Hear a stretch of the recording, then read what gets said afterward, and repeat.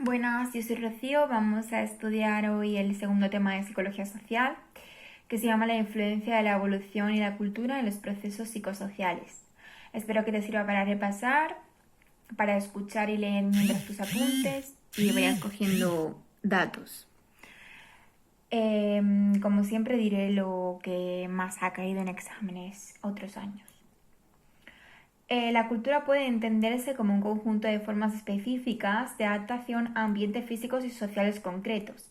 El contexto social influye en nuestro pensamiento, emociones y conductas. No es un contexto objetivo, su influencia depende de cómo lo interpretamos. Bien, punto 1. La influencia de la evolución. La selección natural de Darwin dice que los seres humanos somos una especie animal que procede de un tronco común con todos los demás y han evolucionado a partir de otras formas anteriores debido a un proceso de selección natural. La continuidad evolutiva, Darwin, dice que todas las especies actuales proceden de un tronco común y que no han surgido como cada una de forma independiente y han evolucionado a partir de especies ancestrales por un proceso de selección natural. Por contra, Lamarck dice que evolución es proceso lineal, es decir, unas especies más evolucionadas y por tanto más perfectas que otras. Darwin tenía claro que el medio puede experimentar cambios imprevisibles, es decir, no lineales, que exigen procesos y capacidades nuevas para hacerla frente a la perfección en términos evolutivos no es un fin, sino una consecuencia. ¿Por qué han evolucionado el cerebro humano de la forma en la que lo ha hecho? Bien, pues hay partes de nuestro cerebro más y menos desarrolladas en comparación con otras especies. La más desarrollada es el neocórtex, la zona del cerebro encargada de las funciones cognitivas complejas. Hay dos hipótesis para explicar la evolución del cerebro humano. La primera es la inteligencia ecológica, que dice que es la necesidad de hacer frente a las exigencias del medio físico, como buscar alimentos, etc., aumentó el cerebro. Y la inteligencia social sería la segunda, que es la necesidad de manejar relaciones sociales complejas y coordinarse con otros. La función es la solución de problemas sociales, como mantener unida al grupo. Robin Dunbar comparó el tamaño cerebral y ninguna variable correlacionaba el tamaño relativo del neocórtex con la hipótesis ecológica, pero sí había correlación entre el tamaño del neocórtex y el tamaño del grupo en el que viven los individuos y la complejidad de las relaciones sociales. Formulé la hipótesis del cerebro social. El volumen del neocórtex marca el límite de la capacidad de procesamiento de información que limita el número de relaciones sociales que un individuo puede manejar simultáneamente. Dunbar encontró correlación entre el tamaño del neocórtex y una madurez más tardía. Cuanto hay más que comprender, más largo es el periodo de inmadurez y mayor es el tamaño relativo del neocórtex. ¿Quién es apto? Y el que mejor compite o el que mejor se coordina con otros. Existen dos hipótesis de inteligencia social: la inteligencia maquiavélica y la inteligencia social. La inteligencia maquiavélica es la que manipula para obtener beneficios y la social es la manipulación y cooperación para mantener al grupo unido. La selección natural se basa en dos criterios: la supervivencia de los individuos hasta que pueden reproducirse y la reproducción en sí misma. Debe haber una variabilidad. Se mantendrán los rasgos conductas que favorezcan la propagación genética de una generación a otra y los que impidan serán eliminados. Inteligencia maquiavélica, competencia. Las conductas prosociales en la selección por parentesco y el altruismo recíproco. Este es a cambio de la evolución del favor. Ambas son medios indirectos para el éxito reproductivo del individuo. Lo fundamental es aumentar al máximo la eficacia biológica inclusiva. La selección multinivel de Caporrael. La selección natural actúa en varios niveles a la vez, beneficiados los rasgos y conductas que favorecen la reproducción. La selección natural favorecería también aquellos rasgos y conductas que permitan y faciliten la adaptación del individuo a la vida en grupo. La naturaleza dual de las tendencias sociales humanas, como es la dualidad, que en sí podríamos poner ejemplos como competición, cooperación, egoísmo, altruismo, agresividad, aceptación, rechazo, favorecemos, discriminamos, persuasión, blanco de influencia, empatía, manipulación. Todas estas son útiles en la adaptación del medio social. Esta dualidad es la que nos ha proporcionado la flexibilidad suficiente como para adaptarnos mejor a las diferentes situaciones. La influencia de la evolución en los procesos psicosociales. Bien, pues, Susan Fiske propone 5 motivos sociales universales que impulsan a vivir con otros. Uno es la pertenencia, que las personas necesitan estar implicadas en alguna relación y pertenecer a algún grupo. 2. Comprensión compartida. Necesitan saber y entender a los demás y la realidad que les rodea. Construir esa realidad. Control. Relación entre lo que hacemos y lo que conseguimos. Conducta y resultados. Impulsa a las personas a sentirse competentes y eficaces. 4. Control es una buena pregunta de examen. Luego viene 4. Potenciación personal. Sentirnos especiales como individuos y miembros de un grupo.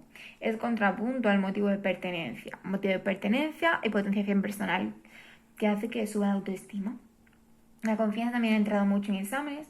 Sentirse a gusto con el mundo, tener predisposición a esperar cosas buenas. Animal social o animal cultural. La evolución del hombre ha desarrollado la capacidad para la cultura.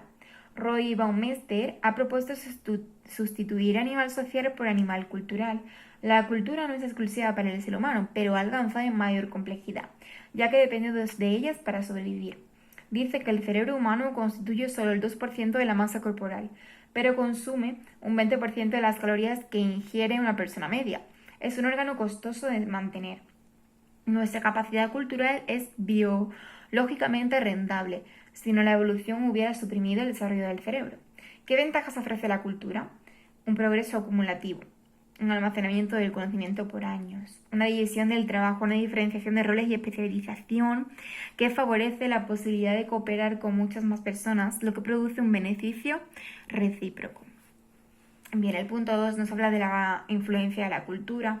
La influencia de la situación se produce a través de la percepción y de la interpretación, que hacen una evolución subjetiva, en la que intervienen los procesos cognitivos, los rasgos de personalidad y la historia personal. La cultura como estrategia de adaptación al medio. Bien, hay tres aspectos, que habla Triandis. Esto ha entrado mucho en el examen. Uno es, la cultura surge de la interacción adaptativa entre los seres humanos y los ambientes físicos y sociales. La cultura consiste en elementos compartidos, prácticas, significados. Se transmite de unos a otros, ya sea de padres a hijos, entre iguales, etc. Bien, ¿y qué dice que es cultura? Cultura es patrón de prácticas y significados compartidos y transmitidos que interactúan entre sí, influyendo en las respuestas de un mismo grupo a su ambiente durante generaciones. Proponen una serie de mecanismos básicos y procesos psicológicos compartidos. Los grupos crean soluciones y esas forman la base de la cultura. Bien, especialidad de la cultura humana. Se han encontrado culturas diferentes de una misma especie y la cultura depende del ambiente. Las culturas del ser humano son diferentes a las de los demás animales. Se deben a unas habilidades cognitivas que en nuestra especie han evolucionado en una dirección distinta. 1. El lenguaje verbal y escrito. Esto ha entrado mucho en el examen. Que es expresar nuestras intenciones, símbolos, comunicarnos con personas de otros lugares y otras épocas. Innovar continuamente. A partir de los descubrimientos, en este caso efecto trinquete, que es crear herramientas y distribuirlos por todo el mundo. Tecnología muy avanzada, etc. La vida social humana es la más compleja. No pertenecemos a un solo grupo, sino a varios. Las funciones son ayudarnos a manejar esa complejidad, institucionalizando relaciones y organizando normas consensuadas, repartiendo roles y dando significado al contexto. Bien, la cultura es un conjunto de soluciones ideadas por el grupo al problema de cómo sobrevivir en un medio ambiente concreto. Hay dos aspectos: elementos objeto, que es la ropa, los utensilios, y los elementos sub, que son la forma en la que nos expresamos, etc. Existen dimensiones de la variabilidad cultural. La variabilidad cultural trata de identificar y describir las culturas situándolas en una serie de dimensiones que permiten medirlas y compararlas entre sí. Estas dimensiones son agrupaciones de elementos subjetivos, como son los valores, las creencias, las actividades, compartidos por los miembros de cada contexto cultural. Bien, pues Geert Hofstede, perdón por mi inglés, pionero en la identificación de dimensiones culturales, dice 5 constructos, ¿vale? Uno es el individualismo-colectivismo, que es el significado e influencia que el grupo tiene para el individuo. 2 es la distancia jerárquica, que refleja el grado en que las personas con menos poder aceptan que el poder se distribuya de forma desigual. 3 es la masculinidad y feminidad. Son masculinas, roles de género diferenciados, hombres más asertivos, duros, éxito material, y mujeres modestas, cariñosas, calidad de vida. 4. Evitación de la incertidumbre. Se refiere al grado en el que la gente se sienta amenazada por las situaciones ambiguas o por el miedo a lo desconocido. Y 5. Orientación temporal. Orientación a corto o largo plazo. Corto plazo, consumo inmediato de recursos y tiempo y viven para el presente. Cumplen y salvan la cara. A largo plazo miran más hacia el futuro, ahorro y perseverancia. La cultura define la identidad del grupo como la personalidad define la del individuo. Es importante decir que es